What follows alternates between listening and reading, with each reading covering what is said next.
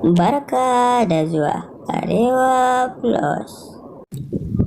Babbar ƙawar Safara'u wata Kanshatu Ma'azu ta fito duniya ta faɗa ita ce sanadiyar raba ta da Fofoto. Kanan labaran namu na yanzu kenan.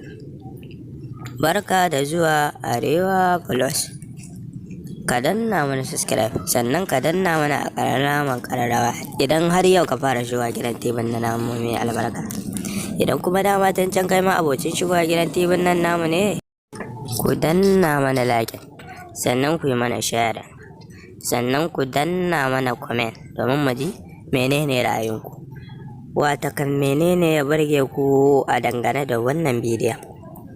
To mai sauraro, yau ba sai kun karkada kunnuwanku domin gidan tibin nan namu ya zo da abin da zai ba ku mamaki, sannan kuma idan kuna cikin duhu ya fito da ku haske.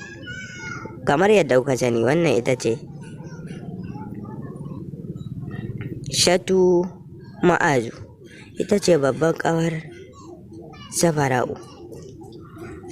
Sai dai Shatu Ma'azu ta ɗan fuskanci kamar da Safara'u kwana 90 da Fofoto kamar akwai alaƙa ta soyayya a tsakaninsu, wadda ita tana ganin ta fi dacewa da Fofoto domin tana ji a zuciyarta ita take mai haƙiƙanin so wanda ake kira da so,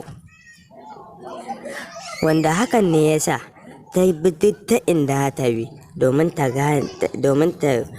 har ta samu hanyar da ta bullo ta raba tsakanin Safara'u kwana 90 da Mr. Fofoto.